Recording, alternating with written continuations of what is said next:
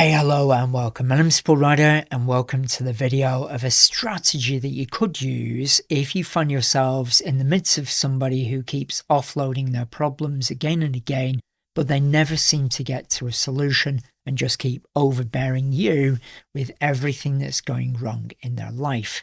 It could be this situation where you meet that person, they ask you how you're doing, you say, I'm fine, how are you? And they just talk at you. Now, it could be one particular topic, such as they tell you everything about the work life and keep going over problem after problem after problem. Or it could be that they jump from topic to topic. So it could be about their home life, then their relationships, then their physical fitness. But either way, you're left with this overwhelming burden of constantly listening to their problems. Now, the one thing that I always like to see with communication is it's like a tennis ball. So if you imagine you've got a tennis ball, you throw it to the person, then they throw it back to you, you throw it to them, they throw it back to you, and it's a balance. But with this situation, it's like they throw a tennis ball at you, and then before you can throw it back, they throw another one, another one, another one, another one. And you end up with this big bag of tennis balls, and you've not shared anything about you, meaning that you are being forced into being the caregiver, as it were, or the rescuer. Now, before we even begin this technique, the one thing that I always like to do is throw it back to you to ask what your boundaries are like in the first place. Sometimes you can see online today with these gurus, and what they do is they charge people up and lead them down a path. So they'll say, is your boss a gaslighter? Is your ex a narcissist? Now, if you're in an overwhelmed state, or there could be a challenge with your own boundaries, you could hear that and think, well, actually, if I make it about the other person, that they're the problem, then I don't have to look at my issues or my challenges with my own boundaries. Thereby, it's going to stop you from potentially opening up an area that could strengthen you by looking at, again, your own boundaries. So that's the first most important thing to do. Ask, is this just happening with one person, or is it happening with many people in your life? Because one thing I would suggest is if it's happening with many people, then it's probably a challenge with your own boundaries. And you have to ask yourself then, how do you feel about saying no to people? That can be terrifying for some people. I know the gurus, again, they say, just say no and just put your boundaries up. Well, if it was that easy, there'd be no challenges between communication, between anybody. But there's a lot more going on behind the scenes, as we all know. Okay, and then the next most important thing to do, rather than just labeling another person a narcissist or a problem or a burden or whatever it might be, is to look through that person's eyes. Now, if a person's offloading constantly, I want to see it like a process of 1, 2, 3, 4, 5. So that person has a challenge in their life, the problem that they're sharing with you. Then ideally what they do is they move forward to find a solution, and then they'd grow. So if you imagine 1, 2, 3, 4, 5, and 5 is the part where they grow, they found the solution, then they move on. But when they're sharing their problems all the time, what's happening is they're going 1, 2, 3, 1, 2, 3, 1, 2, 3, and they're getting stuck in this loop. Now, they will know at a subconscious level, or even a conscious level, that that is not healthy.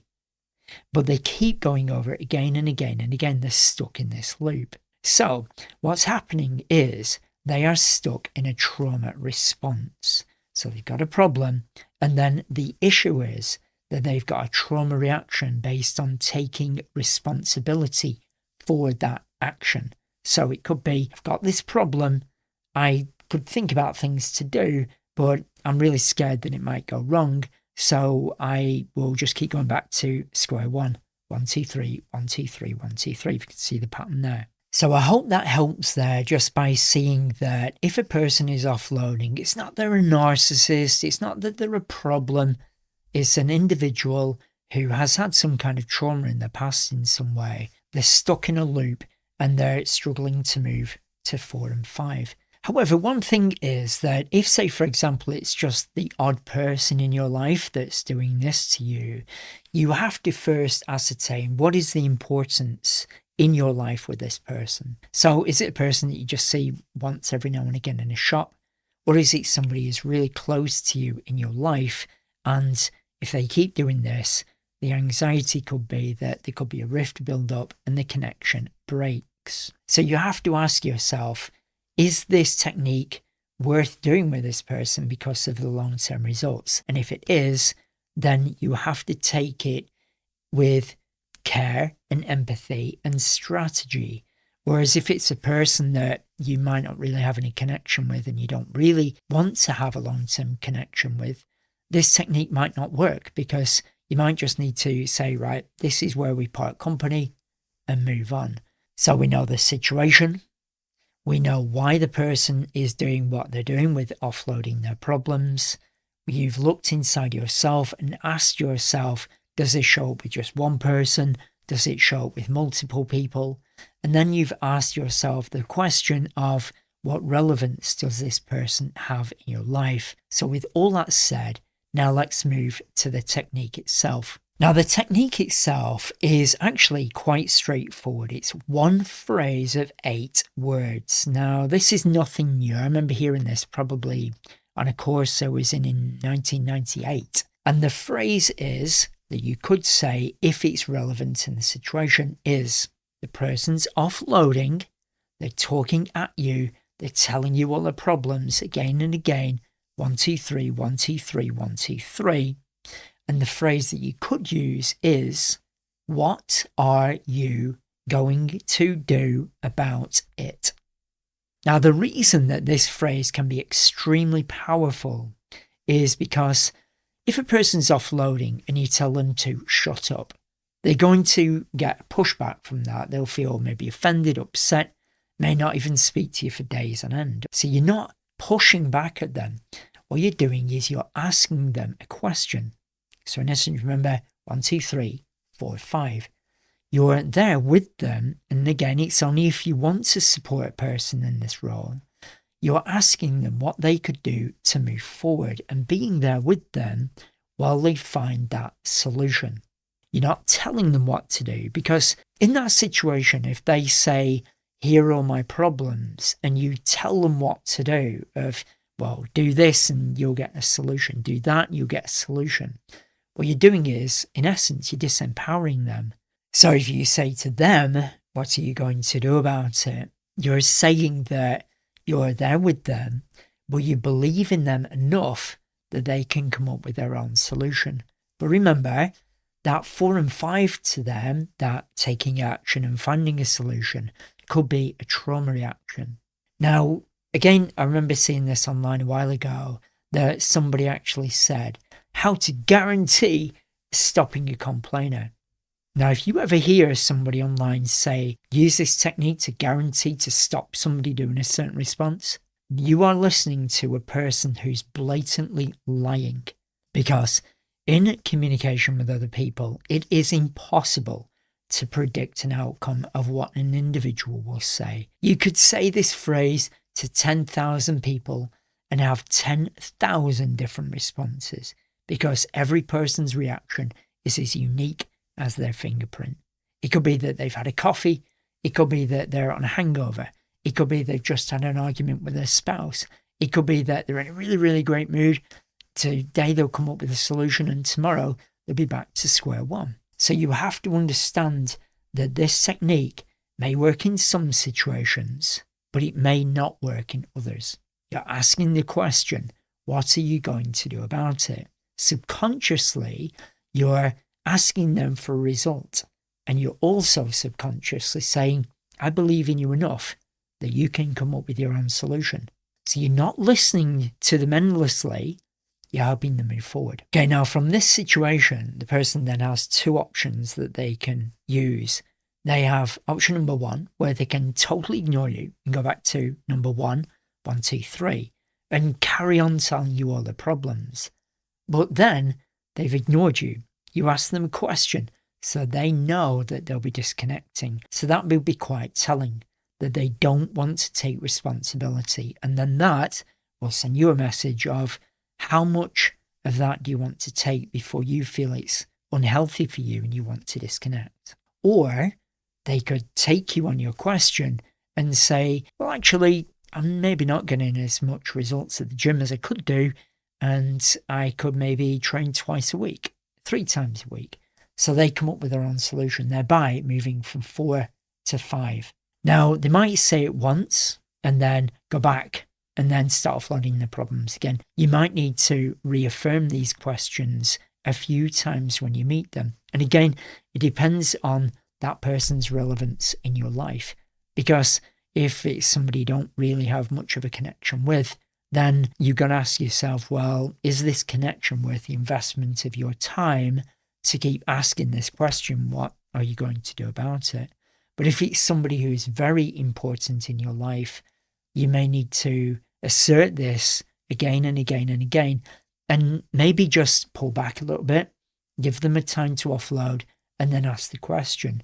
Pull back a little bit, give them time to offload, and then ask the question again. But also you've got to think about how you're going to say the question. So if you say to somebody, so what are you going to do about it? That's more of an authoritative, and it might trigger that person. Remember, they're in a trauma response already. So if you say, what are you going to do about it?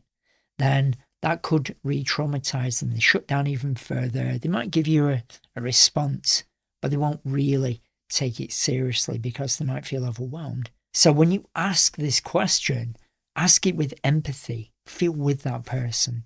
They're going through a difficult time, trying to offload. You don't want to keep listening to them because that's going to disempower them and you. But what you could do is say, so what are you going to do about that to find a solution? Because I know that you're very intelligent, you're very creative, you're very skilled. And then what you could do is share with them, for example, something just came to my mind then, is share to them that they've inspired you in some way by something they did in the past. I remember when you did that, you come up with amazing ideas and you helped me in that challenging situation. So you're going through this challenging situation now. So what could you do to that to move forward? As I mentioned, always look at the angle of seeing that person in a challenging situation and then using this as a suggestion. It may work with some people, it may not work with some people. But now I want to share with you about the potential risks associated with this. Now, in my own training, I talk about 6 emotionally manipulative behaviors. There is the oppressed victim, which relies on guilt by being helpless. There is a savior, which relies on helplessness in another person and rescues everybody. There's the I'm too busy, which cuts people off and uses abandonment as the manipulation. Then there is the fault finder, which relies on shaming another person. There's the imposer that forces their opinion on other people. And then there's the destroyer, which can be extremely violent, either emotionally or physically. Now, it could be that if, again, this person's in a trauma reaction going 1, 2, 3, 1, 2, 3, 1, 2, 3, and then you ask them, what are you going to do about it? They might respond with, actually, that's a really good idea. What could I do about it? Could you help me come up with some suggestions? And it's all really flowing and everything goes well. Or it could be that they totally shut down, they feel overwhelmed, and they feel that you're attacking them in some way. It doesn't mean that you are attacking them, but that's how they might feel. Or it could be that if their way of coping is by using the oppressive victim reaction, by I can't cope, I'm helpless, I need everybody else to look after me. By the way, that is a coping strategy from a person who's in a trauma state as well, but I've been making a lot more videos about that. But it could be that you ask this question, and again, you've got to be very careful how you ask it. It could be that you ask this question, what are you going to do about it? And they use any of the other emotionally manipulative behaviors because they feel stripped of being the oppressed victim. So it could be that they say, I thought you were my friend. I'm just trying to talk to you. And all you're doing is you're forcing me into, I just want to talk. So that could be the fault finder. Or it could be the destroyer, where they go into an absolute blind rage and start throwing things around the room. Or it could be using the I'm too busy technique. So you ask them, what are you going to do about it? And they just don't talk to you for days, giving you the silent treatment. Now, if that causes you trauma because you've got abandonment issues maybe, then they might be doing that to punish you. All of this could be subconscious, but to punish you with abandoning you. So then you carry on listening to them going 1, 2, 3, 1, 2, 3, 1, 2, 3 again. And you're back into the same cycle of them being the victim and you being the savior. Okay, so I hope all of that makes sense. You've got a person who's going 1, 2, 3, 1, 2, 3, 1, 2, 3. Ask yourself, is it one person? Is it many people in your life? Then you've got to ask, what relevance does this person have in your life? Is it important that you work this through, or can you cut them off because you don't have that connection? Understand that they're in a trauma response. That's why they're going 1, 2, 3 and not 4, 5. Then use the technique to say, what are you going to do about it? From there, they can go into one of two angles. They can go back to number 1, ignore you and keep going 1, 2, 3, 1, 2, 3, disempower themselves and stay into the oppressive victim emotional and manipulative behavior. Or they could take responsibility with you and say, you know, I've been keeping myself in this state for quite a while, and you're right, I do need to take responsibility, and here are some suggestions that I could do to move forward. But also remember that this is a tool for you to use, and one tool may work one time and you might need a different strategy another time, because each person could react in a completely different way. It might work really well where they take responsibility, or it could be somebody in your life who is used to going 1, 2, 3, 1, 2, 3, 1, 2, 3, and their reaction when they're questioned could be a quite severe reaction, a quite aggressive reaction, where they might become emotionally violent or start shouting at you or completely cut you off or talk about you behind your back. So whenever you're working through with communication, with a challenging situation, it really is important to step back first, look at every area that's going on, and then write it all down, reflect on it, and look at what would be the best, most effective way of moving forward. And for me, as a trauma therapist, I always look at risk assessment first.